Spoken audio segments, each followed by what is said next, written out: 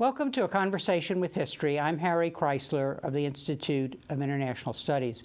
Our guest today is Philip Bobbitt, who is the Wechsler Professor of International Law at Columbia and Director of the National Security Center there. He has served in 6 administrations, most recently in 1999, and he's the author of a new book, Terror and Consent, The Wars for the 21st Century. Professor Bobbitt, welcome to Berkeley. Thank you. Nice to be here. Where were you born and raised? Austin, Texas. And looking back, how do you think your parents shaped your thinking about the world? Well, I think pretty thoroughly. I don't know that they shaped my opinions about these problems because these are relatively novel problems, but my parents gave me an example of the kind of love and self-sacrifice that a couple can make for each other and for their child. And I think that's the most important lesson a young person can learn. Did they instill in you an interest in politics and in literature? Because when one looks at your book, it's quite impressive. Well, I'll tell you, I just came here to the West Coast from Washington because on Monday night, the Library of Congress awarded the Rebecca Bobbitt National Prize for Poetry. This is the only prize given by the country for poetry, and it's named for my mother. Huh. And I explained at this ceremony, which we have every 2 years, how it came about. When she died, I happened to be going through her desk, her little green writing desk, and I found a cache of index cards with a hole drilled in the bottom that had little bits of poetry typed on them, hundreds of these things. I went to my father and I said, what's this? He said, well, I met your mother at the Library of Congress. And I said, I knew that. They were both students and they were working their way through school. My dad had a scholarship to George Washington. And he said, and she was engaged to another man. And I said, well, I did sort of recall that. Well, he said, the office was the only time I saw her, and we had a very strict supervisor. I had to find some way to dislodge her from this guy. So we would exchange cards. These were actually index cards for the card catalog, and the hole was really from the top. We would exchange cards as if we were exchanging cards for the catalog, and that's how I courted her. So I think they did have a love of literature and politics. On Sunday mornings when all of the families were going to church, we always turned on the Sunday morning political programs. So it was and house. I think we should mention that your mother's brother was President Lyndon B Johnson. My mother's elder brother, yes. And what influence did that fact have on you? His presidency. Obviously, he was a president who did wonderful things at home and then got dragged into a war. Did that experience influence your later interest in issues of war and peace? Probably. Yeah. Probably. I lived in the White House the summer of 1964 after I finished high school, before I started college. And I adored him. I thought he was a really remarkable president, and I'm very proud of him. And is there in any one particular way that he influenced you that you could recall? Or? I think he gave me a feeling of the centrality of Congress. It's it's one thing to propose plans and to sketch out great visions, but if you don't write it into law, then it vanishes as if it were written in sand. Despite a conservative swing in this country, the Great Society programs, Medicare, Medicaid, federal aid education, the National Endowment for the Arts, NPR, PBS, the things that you do, these institutions stayed. And they stayed because they were written into law. Tell us about your education. Where did you do your undergraduate work and your PhD and law degrees? Went to Princeton for my undergraduate education. I was only at Princeton 1 year when I quit and I came to live out here. California. I went to work in an all-black area of Los Angeles.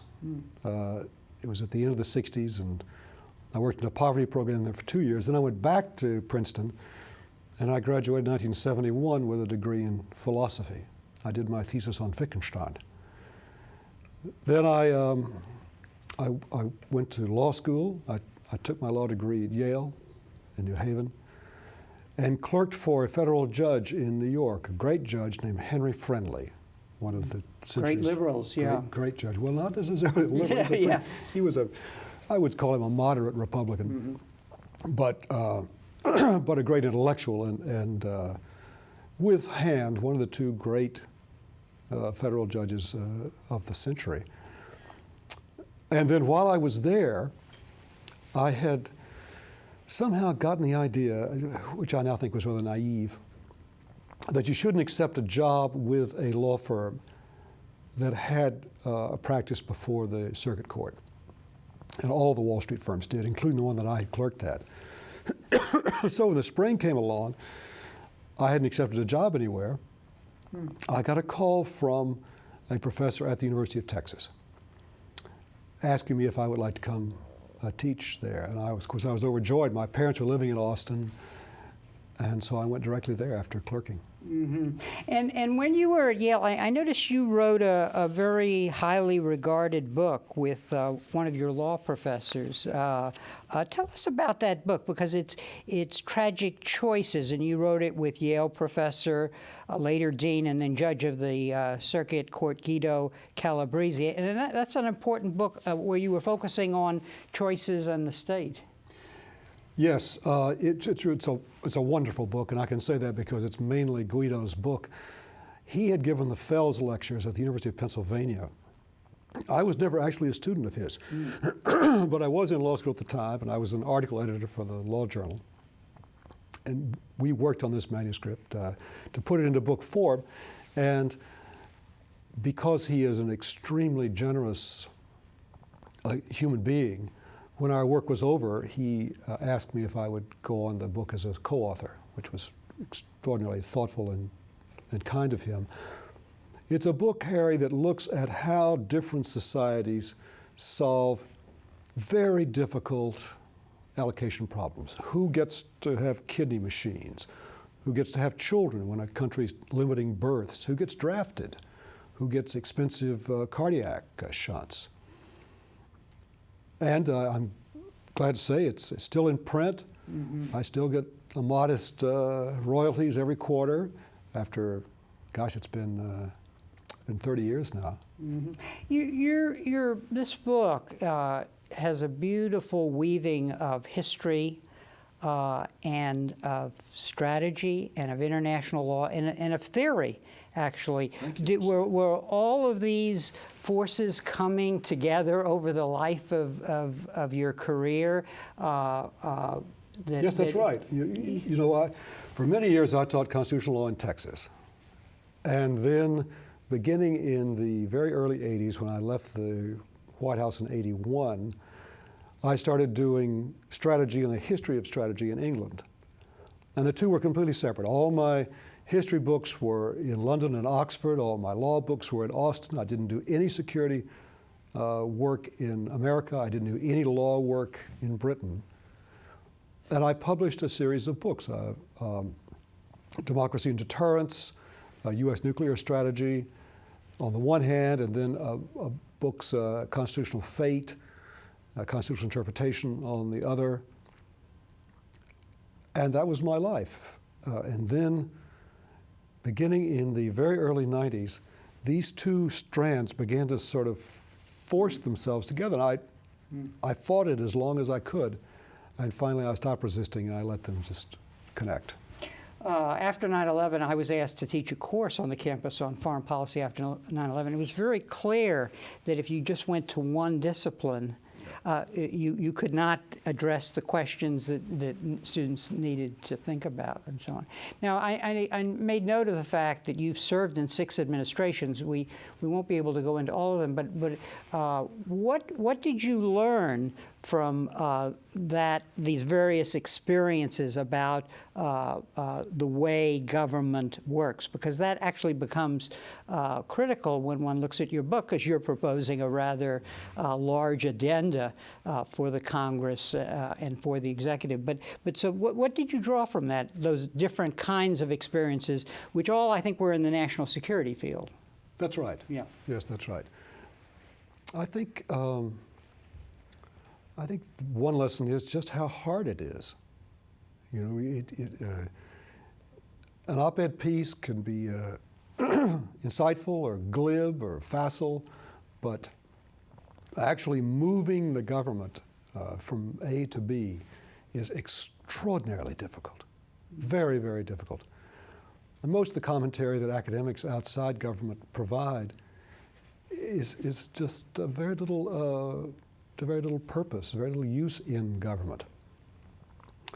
I think I learned to respect the people who work there.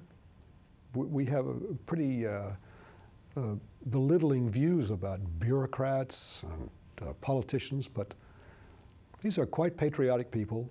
They make many personal sacrifices for the country, and I have a great deal of regard for them.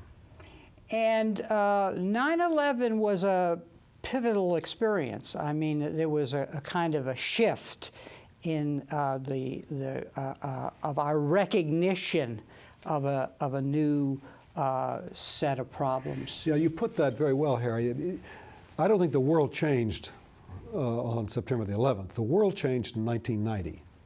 That's when this great power conflict that had started in 1914 finally was resolved. What happened in 2001 was a consequence of that, but it was one we had neglected and one that suddenly captured our attention.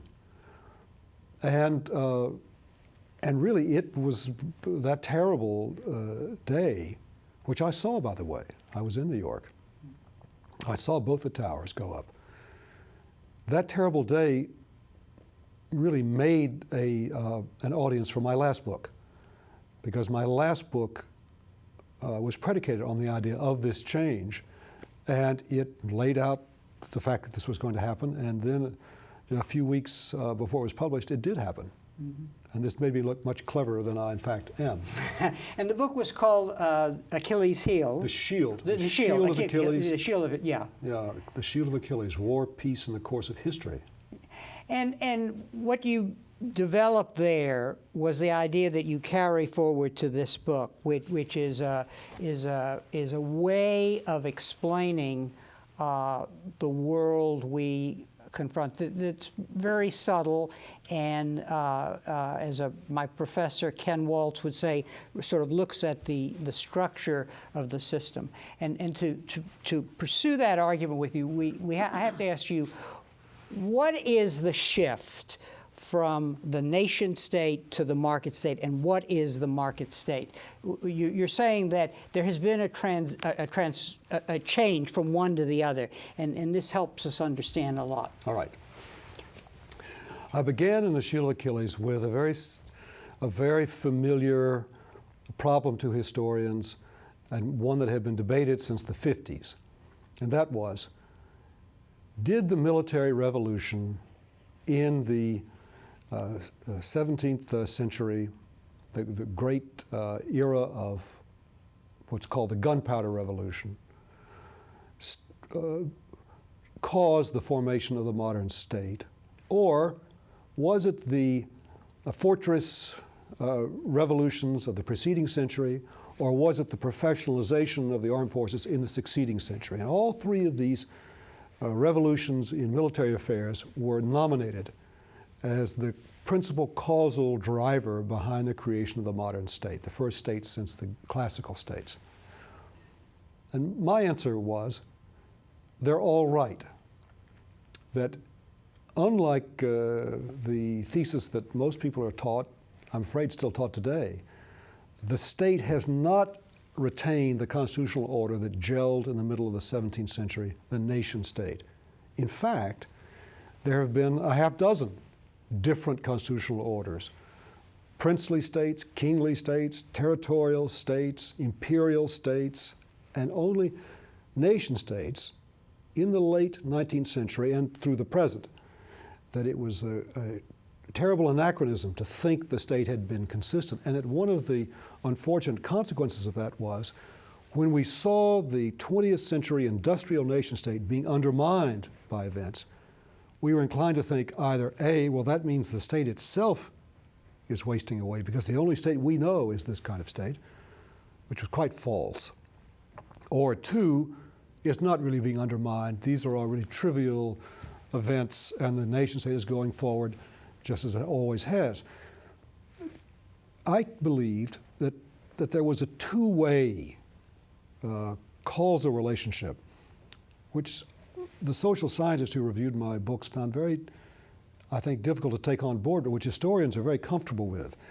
It wasn't that military revolutions caused revolutions in the constitutional order, or vice versa. It was both.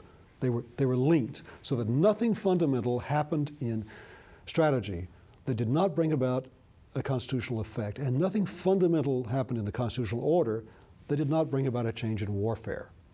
Mm-hmm. Now that's the backstory. Mm-hmm.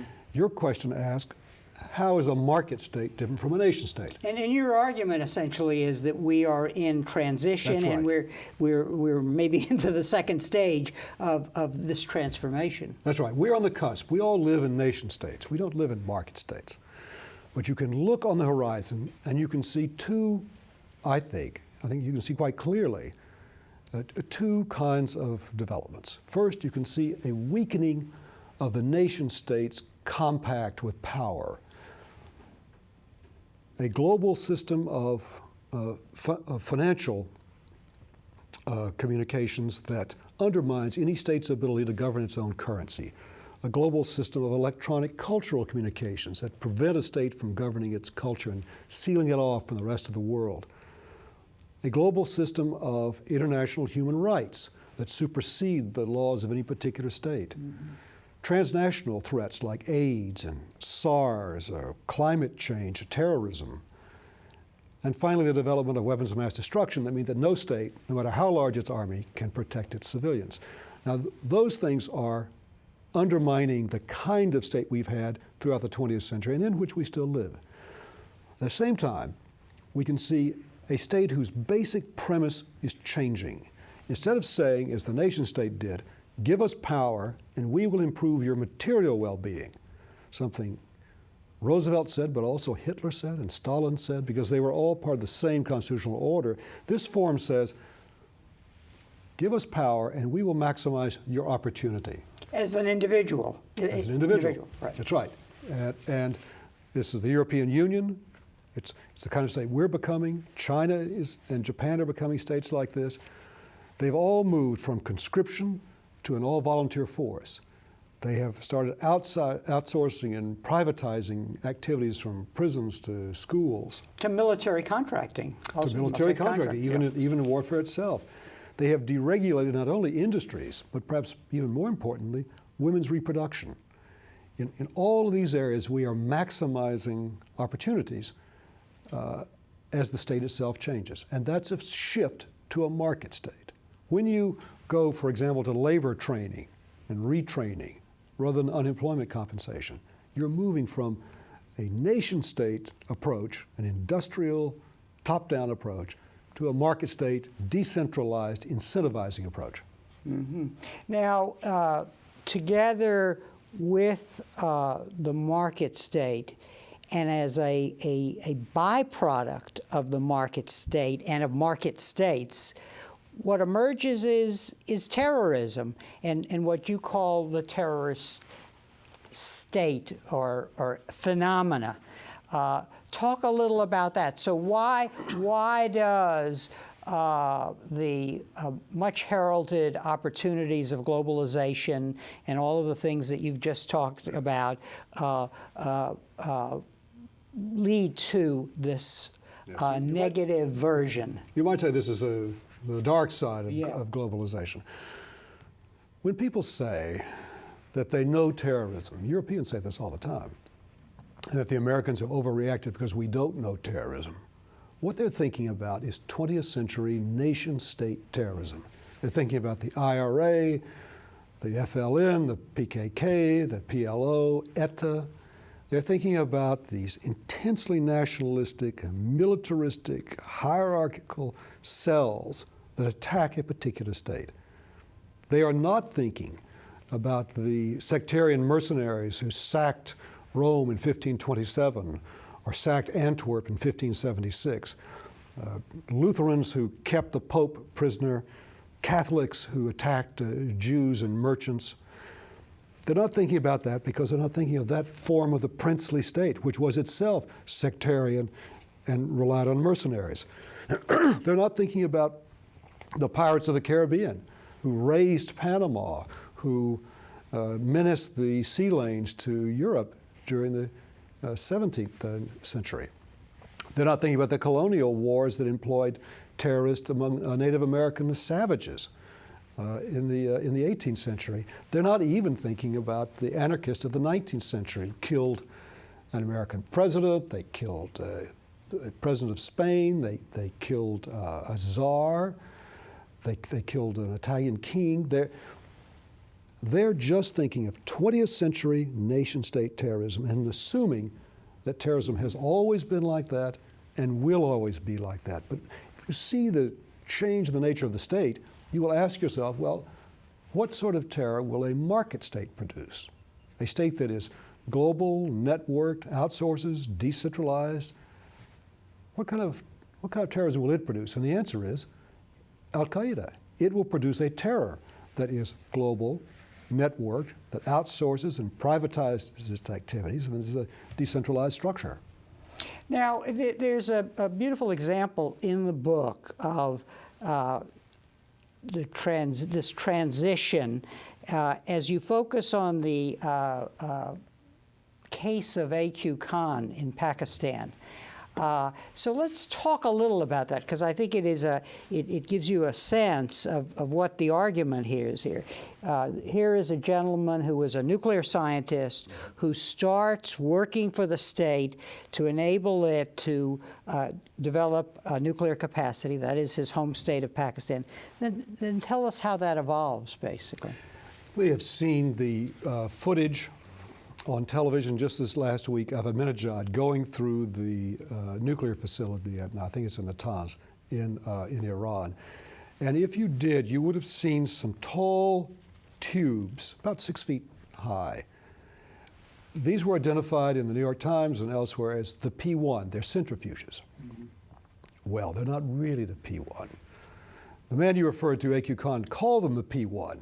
After Pakistani 1. It was the first iteration of the centrifuges he produced to enrich uranium. In fact, he had stolen those designs from the Dutch at Yaremko, where he had worked.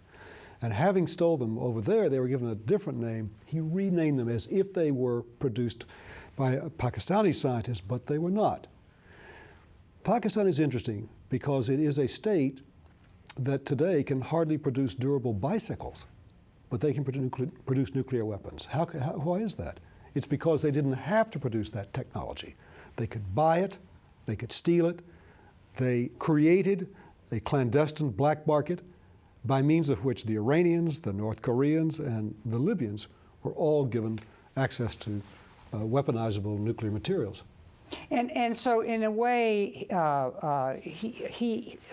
A.Q. Khan is an example of an individual who was a global citizen, so to speak, in the sense he went to Europe, learned the technology, saw its implications, came back to his country, got into the normal bureaucratic fights about which lab would produce the weapon, was an agent of the state, and then began developing a network of suppliers to supply the materials to make the bomb for his country.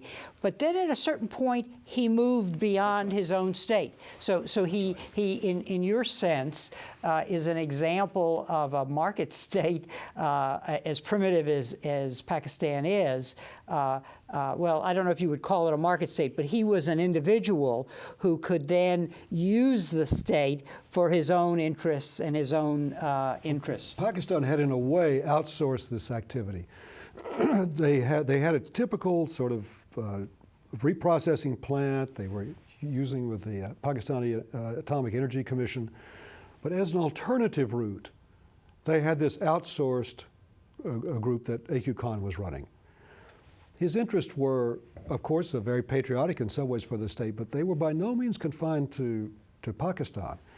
It's not obvious to me that it's in Pakistan's interest to have Iranian nuclear weapons on its border. But that's what A.Q. Khan was up to. He was the first person to commodify nuclear weapons. I'm sure he won't be the last. So in a way, what you're suggesting here is that the dynamic, it's almost as if suddenly the instruments of warfare and the way we produce our weapons and the way they're managed, it's like the heroine of weapons, basically. He became, in the way that some criminal elements supply heroin to an international market, he was doing that for weapons that could destroy. And you know, Harry, that's an excellent example, because just as we have been so ineffective at stopping the proliferation of drugs, once it was possible to reap enormous profits from them, to move them around in a global market, we're going to have a very difficult challenge in stopping the proliferation of not just fissile materials or biological weapons, but also ballistic missiles and missile technology. Now, we've identified what a market state is. We've talked about what terrorism is, and I think there's an important point you're making, because the argument has been made. Well, how can you have a war on terrorism? Because that's like having a war against airplanes. Right. Or so you are arguing, and we have to understand what you think the goal of terrorists is, but you are arguing that they have a set of goals and the instrument is not their end. I would say that most people I know, most thoughtful people, think the phrase "a war on terror" is either nonsense or it is a kind of overblown metaphor, for just the reason you gave. How can you have a war on an emotion? But I think of a war on terror, not a war on terrorist. It's pretty clear you could have a war with Al Qaeda, you could have a war with the IRA, but a war against terror as being a unique 21st century phenomenon. That for some groups, terror is not simply a means, it is also an end state. And it is something that we need to be concerned about, even in a country as stable as ours, because you can induce as well as impose terror. I think if you look at the changes in warfare, and Iraq would be Exhibit A.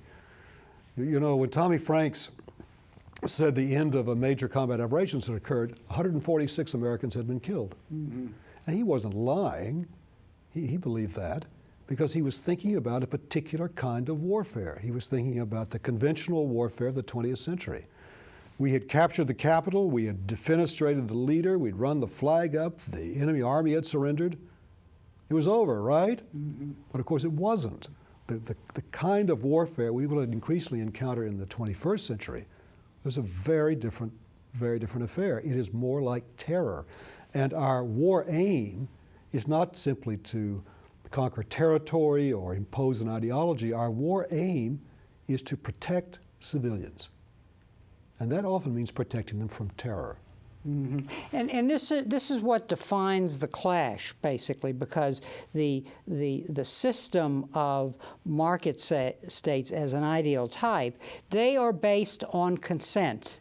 They could be based either on consent or on terror. Right. They could go either way. But let's look at these two categories of states. So the market states themselves that are not terrorist states, they are based on consent. They are trying to realize the individual's potential and changing the way government deals with its citizens. On the other hand, the other category of market state, the terrorist state, which in a way is an ideal type, but we're moving in that direction, their goal is to use terror to create a state of terror in which there cannot be consent by the citizenry. That's right. They're appalled by the idea because consent is too liberating. It risks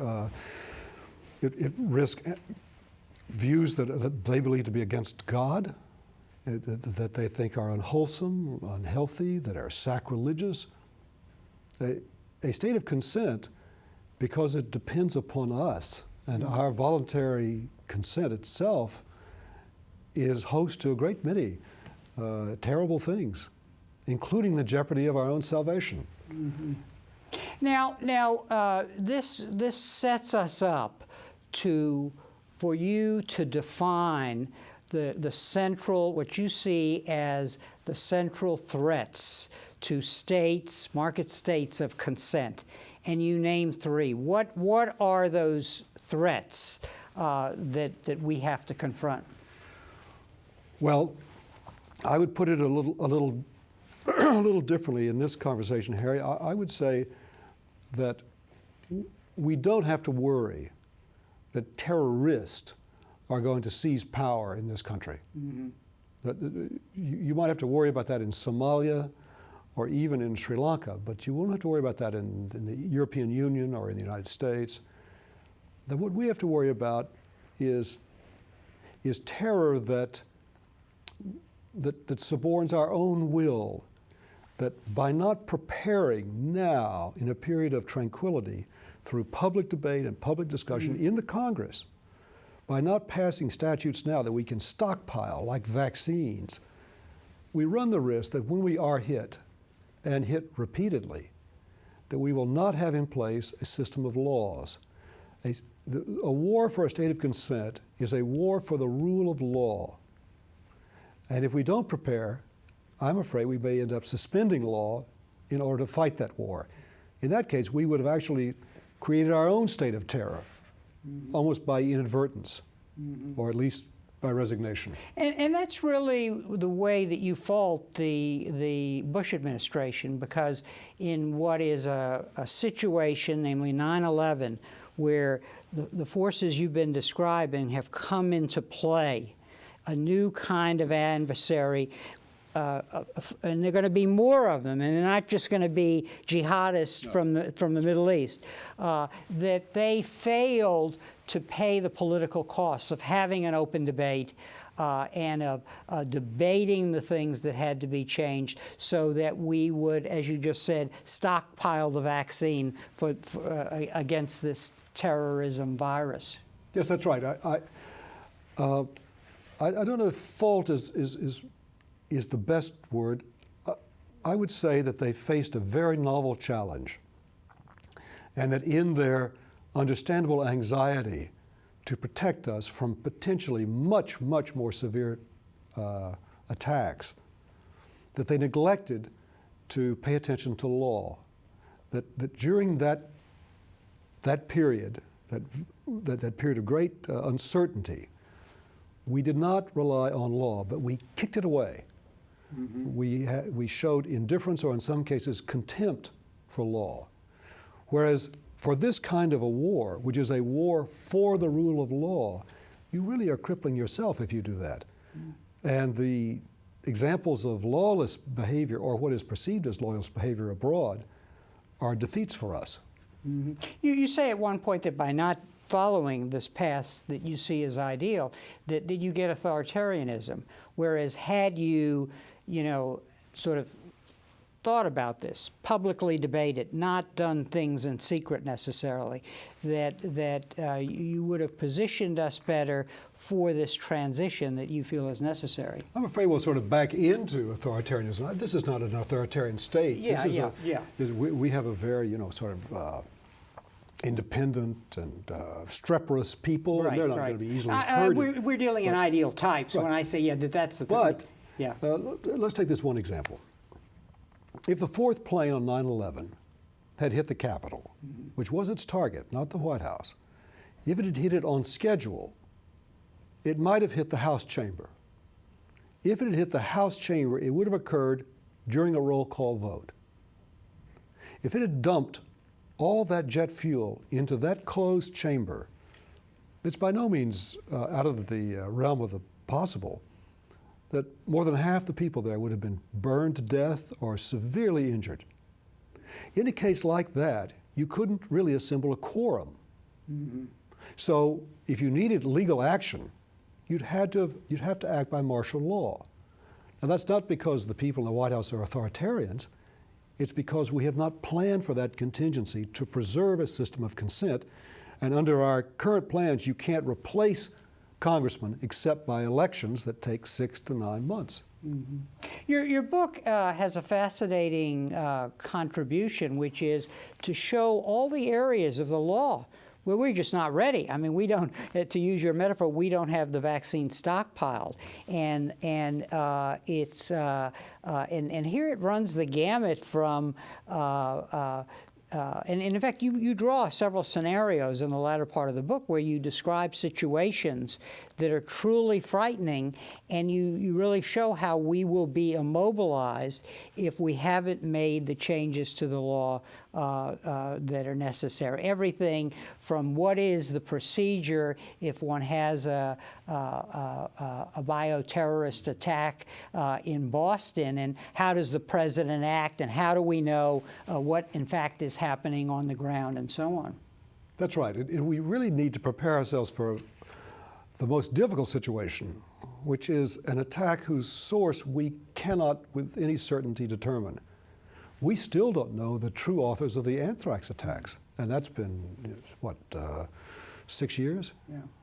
Now, it's interesting, and I do want to, because before I was asking you a question, which I think is very important here, and that is that you are saying that 3 threats that we have to worry about are network terrorism, the proliferation of nuclear weapons and other weapons of mass destruction in the way we just described with AUCON, but also the terror that can emerge from natural disasters, everything from a Katrina-type incident to a failed state where people are starving and so on. And all of these are linked in your analysis as threats that we have to be thinking about. Yes, I think readers can see pretty easily the connection between the first two. Mm-hmm. They can see that if 21st century networked global terrorist with this non-national, non-territorial agenda, whether it's anti-globalization or eco-terrorism or jihadist,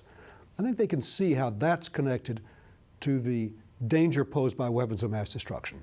If these groups ever lay their hands on biological weapons or nuclear weapons, they suddenly become quite threatening. What's harder to see is that there's a third arena, a third kind of threat, which you referred to, that includes natural catastrophes like hurricanes and epidemics and tidal waves, but also includes genocide, ethnic cleansing. It includes cyber attacks, and it includes these attacks whose authorship we can't determine. An epidemic might be caused by a biological agent engineered by a terrorist adversary, or it might be naturally occurring. And we have to be able to act pretty quickly and decisively without necessarily knowing the author of that epidemic. Now, the problem with these 3 arenas is that while, as you correctly point out, Harry, each one is capable of producing terror and destabilizing the state because the state is unable to protect its civilians. But the problem is that they don't reinforce each other, but they act in ways that makes treating any one of them quite difficult. For example, if you go into Iraq to try to prevent the proliferation of weapons of mass destruction, one of the 3, you're going to make terrorism worse. Another one of the 3. Mm-hmm. If you go into Afghanistan to stop terrorism, you end up making proliferation more threatening in Pakistan, or you make human rights abuses even worse in Somalia or other areas of intervention. If you intervene to protect human rights in Bosnia or in Kosovo, you end up making proliferation more attractive to states like Iran and North Korea because they fear intervention for their human rights abuses. Mm-hmm. So you end up with a very difficult policy problem, a kind of triage where you have to act with the most acute problem, knowing that devoting your resources to this will actually make these other problems worse. Mm-hmm. You show us in your book, and we're not going to be able to cover all this, but really in this environment, the importance of terrorism. I'm sorry, of course, the importance of terrorism, but the importance of intelligence to actually be in a position to preclude things from happening. And you're suggesting that many of our institutions and our laws have to be changed to prepare for that world so we can anticipate and preclude before things happen. And that in some ways, one, I guess, could make the argument that the Bush administration thought it was doing that in Iraq, but they had bad intelligence and created more of a problem. Yes, it's perfectly clear that the worst intelligence failure of my lifetime wasn't the failure to anticipate the Soviet collapse or the Iranian Revolution or even the failure to anticipate 9/11. The worst failure by far was the Iraqi MD fiasco, because that, more than any of the others, sapped trust in the government. You cannot have a preclusive strategy telling the public you're stopping things that otherwise would have occurred if they think you're lying. I'll give you just one example. President Clinton has often said that he regards the worst failure of his administration to have been the failure in Rwanda. Well, what would have happened if we'd actually intervened? In the first place, he would have been impeached because the Congress would not have supported any sort of authorization for that. There would have been American casualties, maybe not very many, but some. There would have been large numbers of civilian casualties in Rwanda, not the tens of thousands, but maybe in the thousands, certainly enough to stimulate worldwide protest. And if the president had then said, I did this to preclude a much worse state of affairs, I have saved 800,000 lives, who would have believed him, Harry? Mm-hmm. Nobody. Mm-hmm. So you're, as I read your book and I hear the account of your own career, and we talked a little about your uncle, the interesting question becomes, how will our domestic politics deal with the complexity that your theory explains? So your book has great explanatory power. It empowers us to think about the things we have to change. But as you said, when you were in Washington, you became impressed with how complex it was, the system was, and how hard it was to move it.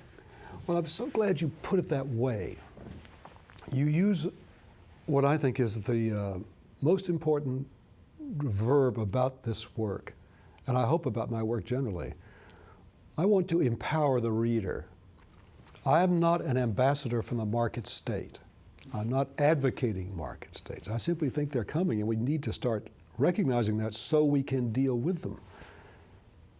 I think that empowering readers to take decisions in the way that they want to go, in the direction their morals, their convictions, their political views would take them, is what I hope my books are doing. And so my faith is in a public that gives more thought and more than thought to public policy, that is perhaps a little less entertained and a little more reflective. And I don't think that's completely crazy, because I think we will be attacked. And I think we will see these years as, these are our salad days. And I hope we will spend them preparing and maturing.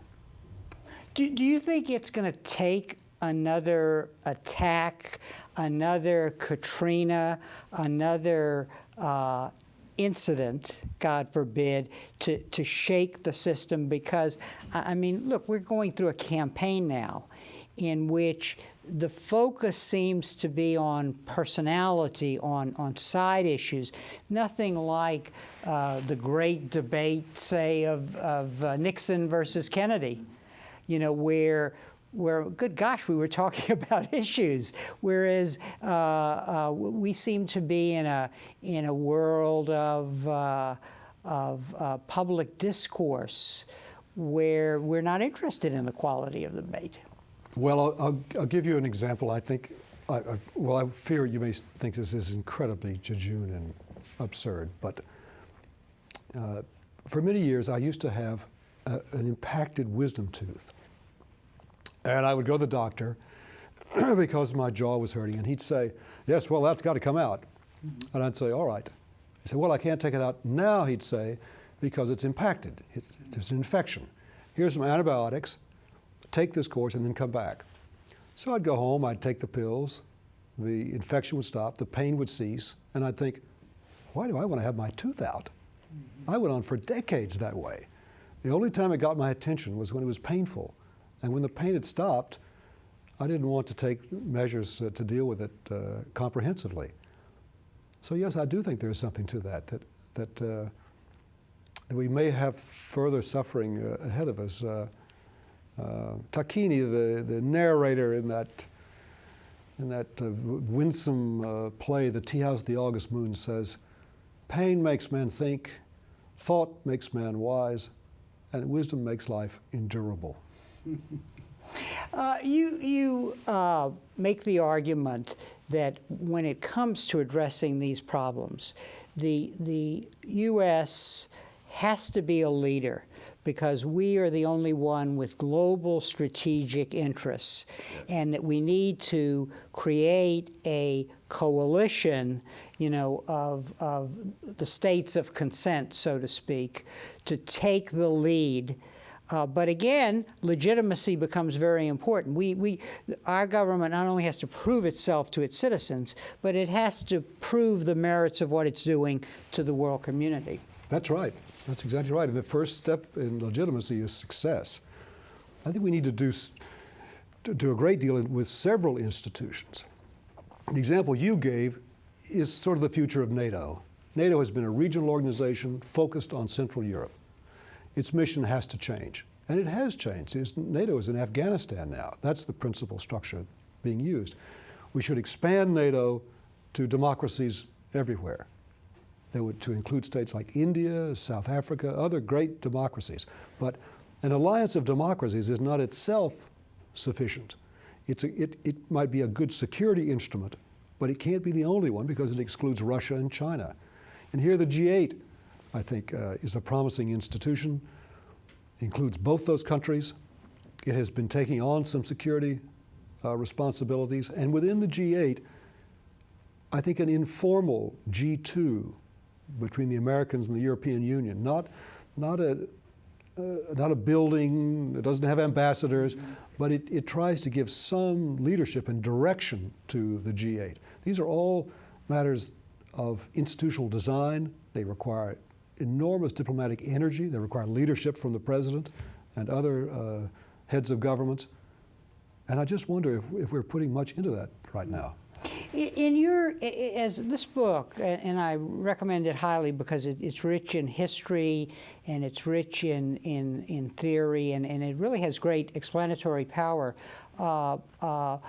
What is the driver here? Is it what you said earlier, that there's an interface between the changing of the state and the way we fight and the new instruments of warfare, and that dynamic is driving these great transformations? Yes, I believe that's right. Now remember that those changes are themselves driven by economic developments, demographic developments, cultural flows. A great many things change the nature of the societies that create states and change the nature of the warfare by which states challenge each other and protect themselves.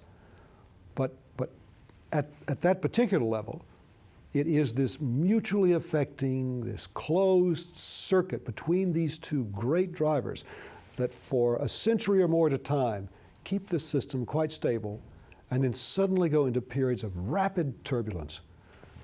When I was teaching the history of nuclear strategy in England in the 80s, I would say to my students, no new ideas, please. It was a well-understood problem. It came at the end of a period of development of doctrine that was working, was satisfying. Now, in this new period, I tell my students, I'll listen to anything, because it is a period of rapid and unpredictable change. It's difficult to deal with situations like this, as the recent history of American foreign policy and the American response to 9/11 shows. I'm struck in your book by your referring again and again to literature, actually, to poetry. One example that comes to mind, and as I prepared myself to learn what the market state was, at the page in the book, you had a long quote from Catch-22, and how Yossarian discovered the market state when he bombed his own. Milo Minderbender bombs his own. Yeah, well, yeah, right. His own unit, his own squadron. And he discovers there's profit to be made, and so on. So how does literature help us in the way that your theory helps us in sort of understanding the human dimension of dealing with this? We've talked about political institutions. We've talked about what the theory tells us we have to do. But again, it's human beings that are going to have to respond and so on. And are you sanguine that we will be able to master that? I don't know if I'm sanguine. I'm certainly optimistic. You know, Leo Szilard said, an optimist is someone who thinks the future is uncertain. And that's good enough. That's okay. Good enough for me. I think that literature integrated into nonfiction, if it's well done, and I'm not claiming that I do it well, is a tremendous, we would say, force multiplier for the nonfiction essay. It can give a portrait of the problem in the round, whereas typically an essay just sort of is more an advocate's rhetoric. It's more unidimensional. It can sneak past the reader's defenses. You know, when I say that all the ideas my readers hold about the war on terror are wrong, that's bound to put them off and sort of get their backs up. But even something about the market state, as you say, if I tell them about market states, they immediately say, well, that's ridiculous. I've always lived in a nation state. There's plenty of nationalism lying around, which of course will also be the case in market states. But if I give them that passage from Catch-22, they reflect that this is something about our society. I'll read you this excerpt from how the book starts. This is from a poem by Czesław Miłosz. And it sets up in 3 stanzas everything that will follow in 700 pages. And it's called, perfectly, it's called Poem for the End of the Century. Because I'm claiming that these very new problems are a direct consequence of the long war of the 20th century, the war that began in 1914 and ended in 1990. Miłosz says,